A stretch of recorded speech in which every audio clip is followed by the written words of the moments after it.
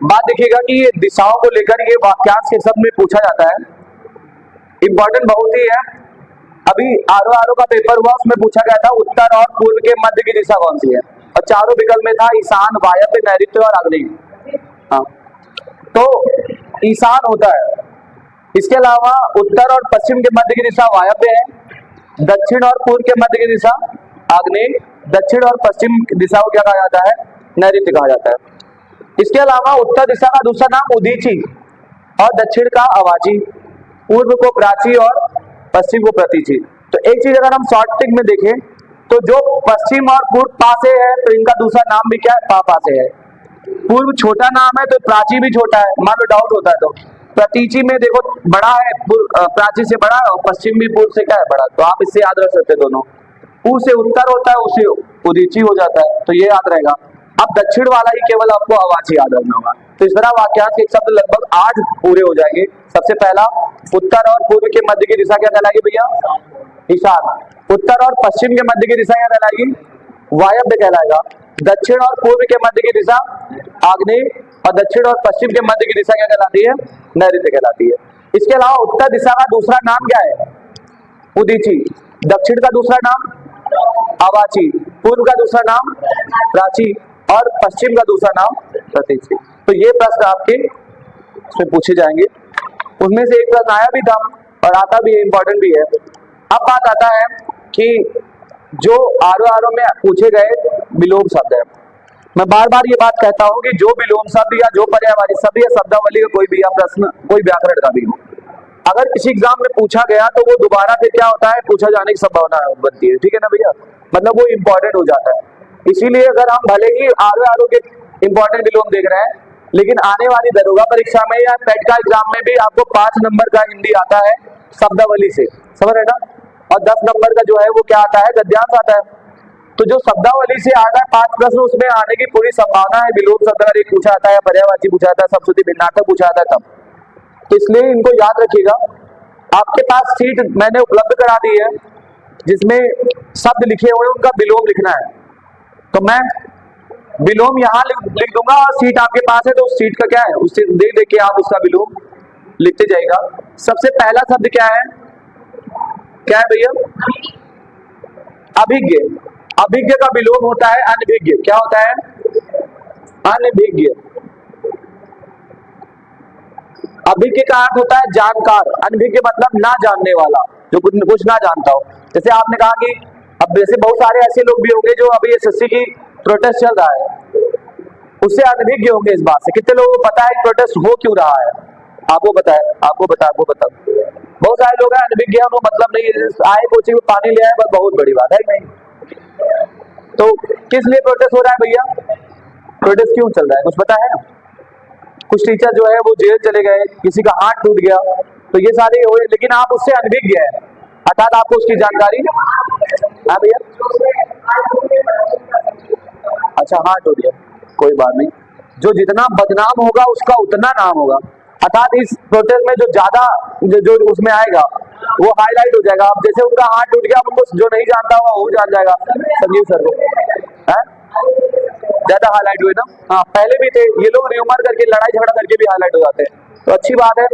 आगे बढ़िए, अगला शब्द विज्ञ का विलोम होता है अज्ञ। विलोम क्या होता है भैया, देखिए सीट आपके इसमें यहाँ पे आ जाएगी, तो आप उसी से देख के आंसर यहाँ से ले लीजिएगा, है ना। अज्ञ मतलब होता है मूर्ख। अज्ञ मतलब ज्ञान, मतलब ज्ञान होना, मतलब नहीं, अर्थात जिसको कुछ भी ज्ञान ना हो, मूर्ख हो गया। और विज्ञ मतलब होता है विशेष ज्ञान रखने वाला, तो विज्ञ हो जाता है विशेष, पंडित। अगला क्या है, अल्पज्ञ। अल्पज्ञ का विलोम होता है बहुज्ञ। क्या होता है भैया, बहुज्ञ, या सर्वज्ञ भी कह सकते, क्या कह सकते हैं, अल्पज्ञ मतलब थोड़ा जानने वाला, और सर्वज्ञ मतलब सब कुछ जानने वाला या बहुत जानने वाला, बहुज्ञ हो जाता। तो अगर बहुज्ञ भी विकल्प में रहता है तो इसी को प्राथमिकता देंगे, अदरवाइज सर्वज्ञ भी लगा सकते हैं। अगला क्या है, सूक्ष्म। सूक्ष्म का विलोम होता है भैया स्थूल। क्या होता है, स्थूल। सूक्ष्म मतलब छोटा सा, स्थूल मतलब विशाल का है, बड़ा। आगे प्रफुल्ल। प्रफुल्ल का विलोम होता है म्लान। क्या होता है भैया, म्लान। म्लान होता है आधा मां, लाभ मतलब लाना, म्लान होता है। प्रफुल्ल मतलब होता है खुश, प्रसन्न चित मुद्रा। और म्लान क्या है? दुख भरी मुद्रा, दुख। अगला क्या है? प्राकृत का विलोम होता है कृत्रिम। क्या होता है? प्राकृत का विलोम कृत्रिम, बनावटी। प्राकृत नहीं, कृत्रिम रखिए, जो उसके लिए शब्द है तो लगाने की जरूरत नहीं है।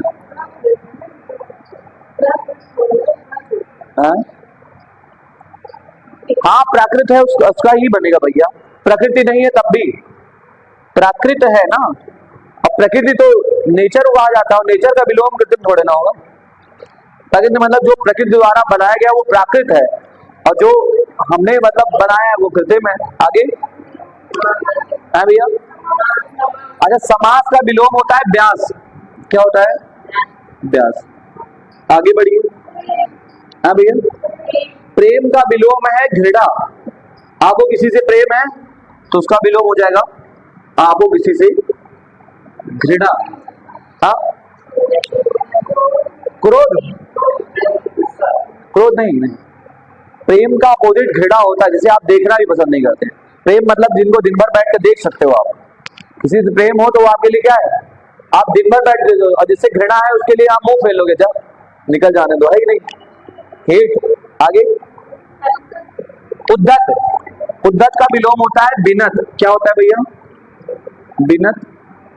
और अगर बिनत विकल्प में ना हो तो विनीत भी लगा सकते हैं। अब की बार एग्जाम में आया था और विनीत ही था उसका, या फिर सौम्य भी कह सकते हैं, सौम्य या सरल। ये तो उद्धत का ये विलोम बनता है। आगे उदार का अनुदार हो जाता है। क्या हो जाता है? अनुदार। अगला क्या है भैया? हाँ, उद्भव। उद्भव का होता है अवसान। क्या होता है भैया? उद्भव किसी चीज के लिए आरंभ के लिए होता है, अगर उत्पत्ति हुई है। अवसान मतलब नष्ट हो गया है, समाप्ति हो गई है। हाँ भैया। उदासीन का होता है आसक्त। आसक्त। उदासीन है जो न्यूट्रल, मतलब जिसको किसी से कोई मतलब ही नहीं। आसक्त मतलब किसी के प्रति क्या है? लगाव है। और आप अगर उदासीन है तो आपको किसी के प्रति कोई ऊंचा इच्छा कुछ भी नहीं। आसक्त, उदासीन है आप। अगला गौरव। गौरव का विलोम होता है लाघव। क्या होता है भैया? लाघव। अगला वैकल्पिक का अनिवार्य होता है। वैकल्पिक मतलब अनिवार्य नहीं है, उसमें से विकल्प है, उनमें से जो भी आप चुनना चाहो चुन लो, लेकिन जो अनिवार्य हो जाता है उसको फिर आप बाध्य हैं उससे चुन लो। अगला क्या है भैया? मृदुल का होता है कठोर, लेकिन वहां पर मसृण भी दिया हुआ है, तो मसृण का होता है रुक्ष। तो अगर मसृण आ जाएगा तो उसका रुक्ष भी मिलता है। ये अगला अर्थ का विलोम जो है वो इति होता है। अर्थ का इति। श्री गणेश, किसी चीज शुरुआत करने के लिए तो इति श्री, मतलब किसी चीज का अंत करने के लिए इति श्री। अगला उत्तेजन का होता है प्रशमन। नहीं भैया, देखिए एक बात जान लो, विलोम शब्द अपना निर्धारित रखता है। जैसे जो संज्ञा शब्द है उनका संज्ञा ही विलोम होगा, जो सर्वनाम पद है उनका सर्वनाम ही होगा, जो विशेषण पद है उनका विशेषण होगा। संज्ञा में भी जो जातिवाचक संज्ञा उसका विलोम जातिवाचक ही होना चाहिए, जो भाववाचक संज्ञा उनका विलोम भाववाचक ही होना चाहिए। इसीलिए कभी भी मिलते जुलते अर्थ वाले शब्दों को विलोम में नहीं रखा जाता है। इसीलिए याद रखना या समझ लेना बहुत अनिवार्य है इसका विलोम क्या बनता है, उससे मिलता जुलता शब्द आप नहीं रह सकते, है ना। आगे जैसे आप समझिएगा, अगर आपसे पूछ ले कि पृथ्वी और पूछ ले अवधि, दोनों ही का अर्थ पृथ्वी ही होता है। अवधि भी पृथ्वी का पर्यायवाची है, पृथ्वी तो पृथ्वी है ही। अगर पृथ्वी का विलोम पूछेगा तो आकाश क्या हो जाएगा भैया? आकाश हो जाएगा। लेकिन जब अवनि का पूछेगा तो आकाश नहीं अंबर होता है। अवनि क्या हो जाएगा? अंबर। तो ये एकदम फिक्स है कि पृथ्वी आएगा तो आकाश और अवनि आएगा तो अंबर होगा। समझ रहे ना। आगे बढ़ते हैं नेक्स्ट। उत्तेजन का प्रशमन नहीं लिखवा गया, उत्तेजन क्या हो जाएगा भैया? प्रशमन। अगला आद्र आद्र आद्र का अनाद्र होता है, हाँ भैया बस भाई, अनाद्र होगा या फिर शुष्क हो सकता है।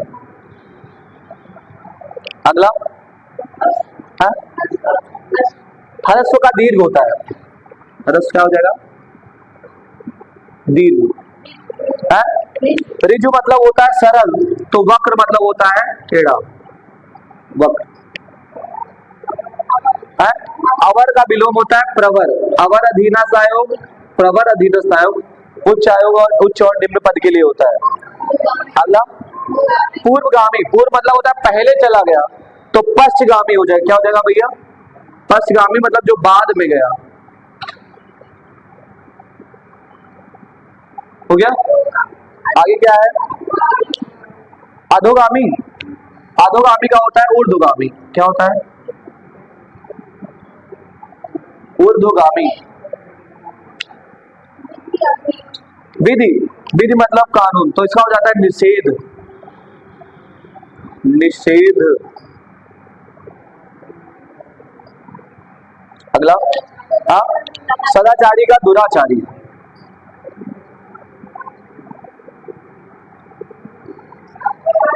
आज्ञा का अवज्ञा होता है, आज्ञा विलोम अवज्ञा। दक्षिण का विलोम वाम होता है, दक्षिण क्या हो जाएगा, वाम।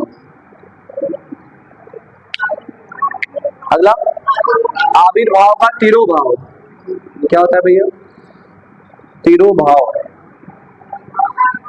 है। अभाव का भाव, भाव अभाव है भैया। अभ्यंतर का बाय होता है, बाय नहीं बाय, अरे व्यास, त्याज्य होगा, त्याज्य का ग्राह्य होता है, त्याज्य मतलब जो त्यागने योग्य हो, ग्राह्य मतलब जो ग्रहण करने योग्य है। अगला है लभ्य का अलभ्य होता है, कटु का मृदु होता है या मृदुल। अगला दुर्लभ की दुर्बल, दुर्बल का सबल होता है, क्या होता है, हा? मधुर नहीं भाई, जैसे कटु तत्सम शब्द है तो मृदु भी तत्सम शब्द, मिला के लिखिए।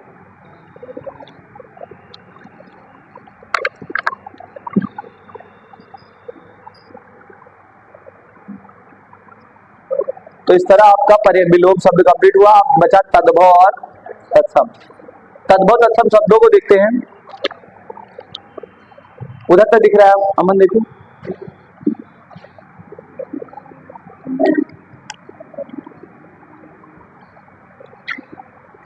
दिख रहा है, देखो क्या पूरा। चलिए अगला जो शब्द है वो देखिएगा, आग लिखा हुआ है, उसका तत्सम बताना है। यहां से हम लोग तद्भव तत्सम शुरू कर रहे हैं।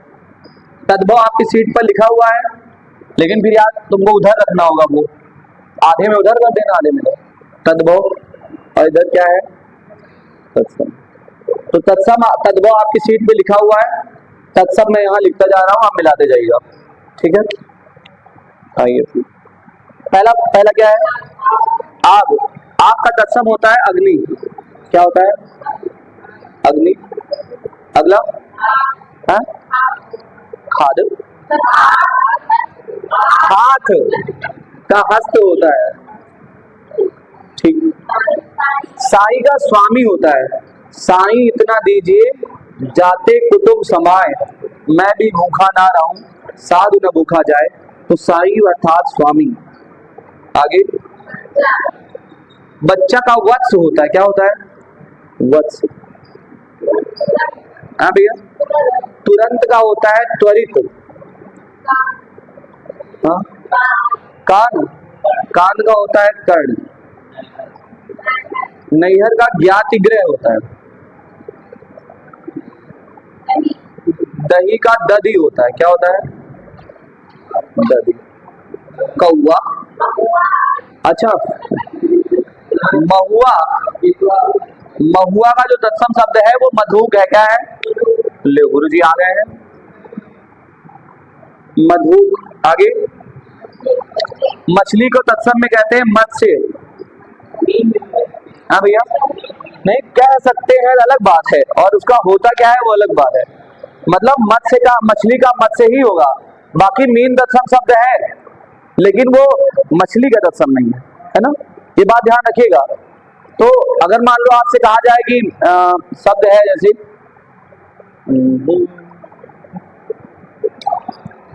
जैसे किसी शब्द का जो मिलता जुलता वाला होता है तत्सम, वो प्राथमिकता देते हैं, उसके अलावा बहुत सारे मिल जाएंगे आपको। जैसे आपसे कह दिया जाए आंख का तत्सम क्या है, आंख का तत्सम, तो आप क्या लगाओगे? अक्षी, क्या लगाओगे? और विकल्प में आपका दृग हो, नेत्र हो, लोचन हो। अब ये चारों ही आपके पर्यायवाची है, तो आपका पर्यायवाची अक्षी को प्राथमिकता देंगे, बाकी दृग भी, नेत्र भी, ये सब क्या है? लोचन भी। तत्सम शब्द ये भी है, लेकिन वो आंख का तत्सम नहीं है, समझ रहे ना? जैसे मान लो 4 महिलाएं शादीशुदा हैं, तो चारों किसी न किसी की पत्नी है, लेकिन अपनी वाली जो होगी वही तो पहचानोगे कि हाँ ये मेरी वाली है।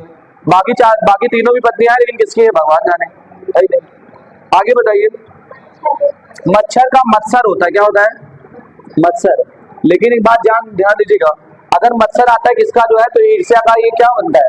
पर्यायवाची। अगला है बाल, अच्छा बाघ, बाघ का होता है वल्गा या फिर वाटिका, जल्दी जल्दी बोल दीजिएगा। बूटी का वृत्तिका होता है, वृत्तिका। अगला है भौरा, यही तो भैया, भौरा का होता है भ्रमर, उसका होता है अगणित जोधा, अगणित। अकेला का होता है एकल, है भैया। मुंह का होता है मुख, क्या होता है? मुख। खीर का होता है क्षीर, नारियल का होता है नारिकेल। इसको याद रखिएगा, ला पे कोई मात्रा नहीं होती है ना। अगला है भैया अनूठा, अनूठा का होता है अनुत्थ, क्या होता है? अनुत्थ। आंवला का आमलक, आमलक। क्या? आखर का अक्षर, ढाई आखर प्रेम का, पढ़े जो पंडित होए, अक्षर है। कंधा का स्कंध, स्कंध। सिलाई को सलाका, सलाई है, सलाका, सलाका। अगला ऊंट का उष्ट्र होता है, उष्ट्र। अगला है पलंग का, पलंग ना, पर्यंक होता है पलंग का। अगला कौड़ी का कपर्दिका होता है, कपर्दिका। और साड़ी का होता है शाटिका, साड़ी का साटिका। अगला है पाहुना का प्रागूढ़ होता है तत्सम, प्रागूढ़। पोथी का पुस्तिका। बस, क्या और कोई बचा? तो ये रहे आपके तत्सम शब्द जो आपके एग्जाम में पूछे गए थे, समीक्षा अधिकारी और सहायक समीक्षा अधिकारी। ये वाले इंपॉर्टेंट भी शब्द हो जाते हैं क्योंकि अक्सर पूछे भी जाते हैं बार बार, तो इनको आप नोट कर लीजिएगा अपने नोट्स में। बाकी मिलते हैं नेक्स्ट 35 बार। 8 हो गया।